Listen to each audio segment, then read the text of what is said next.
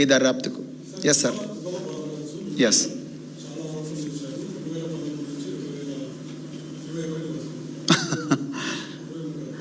గువ్వల Balaraju garu exactly చాలా కాళేశ్వరం 1,00,000 కోట్లతో కట్టిన కాళేశ్వరం ప్రాజెక్ట్ 82,000తో కట్టిన కాళేశ్వరం 82,000 కోట్లతో కట్టిన కాళేశ్వరం ప్రాజెక్టులో 1,00,000 కోట్ల అవినీతి ఎంత నిజమో కేవలం 1,000 కోట్లు కూడా కాదు, 700 నుంచి 800 కోట్ల బడ్జెట్ ఉన్న సోషల్ వెల్ఫేర్ రెసిడెన్షియల్ స్కూల్ డిపార్ట్మెంట్లో వేలాది కోట్ల అవినీతి అనేది కూడా అంతే నిజం.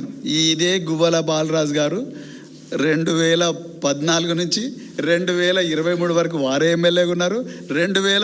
2024లో నాతో పాటు ప్రవీణ్ కుమార్ మంచోడు, ఇంద్రుడు, చంద్రుడు అని చెప్పి నాతోనే ఎన్నికల ప్రచారంలో పాల్గొన్న బాలరాజు గారికి సడన్గా నేను ఎప్పుడైతే బండి సంజయ్ గారి విషయంలో, అదేవిధంగా రేవంత్ రెడ్డి గారి విషయంలో నేను ఎప్పుడైతే వాళ్ళు చేస్తున్న అక్రమాలు ఆధారాలతో సహా ముందరబెట్టి పోరాటం చేస్తున్నాను, వాళ్ళకి సడన్గా ఏం దొరకాలని అర్థమైతే లేదు. ప్రవీణ్ కుమార్ ముందు భద్రత తగ్గించండి, తర్వాత వాళ్ళ భార్యను ట్రాన్స్ఫర్ చేయండి, దాని తర్వాత ఇంకా ఇక్కడ కూడా ఏంది వీళ్ళు ఎక్కడ లొంగుతలేరేంది, వచ్చి సార్ మమ్మల్ని తప్పైంది క్షమించండి అంటలేరేంది, అందుకొరకు ఇంకో చెప్పి లాస్ట్కు రేవంత్ రెడ్డి, బండి సంజయ్, గువ్వల బాలరాజు ముగ్గురు ఒక దగ్గర కూర్చొని ఇంకొక కంప్లైంట్ చేసిండ్రు. నేను ఓపెన్గా చెప్తున్నా శ్రీని గారు, అయ్యా మీ దగ్గర ఇంటెలిజెన్స్ ఉన్నది, మీ దగ్గర 1,00,000 మంది పోలీసు వాళ్ళు ఉన్నారు, మీ దగ్గర సిఐడి ఉన్నది, మీ దగ్గర ఇంకా అత్యాధునిక ఏమైనా ఫోరెన్సిక్ ల్యాబొరేటరీస్ ఉన్నాయి, అందరినీ తీసుకుపోయి దామోదరం సంజీవయ్య సంక్షేమ భవనం మా సెప్ట్ ట్యాంకులు ఉంటుంది, అడ్రస్ తెలియకపోతే నేను చెప్తా,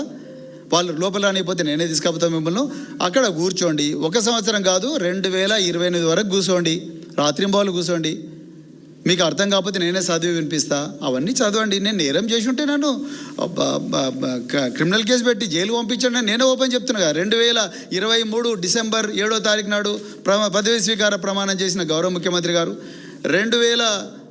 ఆయన సంక్షేమ శాఖ మంత్రిగా 18 నెలలు ఆయనే ఉన్నారు రేవంత్ రెడ్డి గారు. మరి అప్పుడు కనిపించింది సడన్గా ఇవాళ గువ్వల బాలరాజుకు సడన్గా ఒక కంప్లైంట్ ఎందుకు రాసిస్తున్నాడు రేవంత్ రెడ్డి? ఎవరికి తెలియదు ఈ గేము, వాళ్ళకి చేతనైతే లేదు, వాళ్ళకు వశపడతలేదు. ఇక్కడ మాకు రోజుకో కుంభకోణాలు దొరుకుతున్నాయి, ఒకరోజు పొంగులేటి, రేవంత్ రెడ్డి, ఒకరోజు గురుకుల కుంభకోణం, రోజుకో కుంభకోణాలు దొరుకుతూ ఉన్నాయి.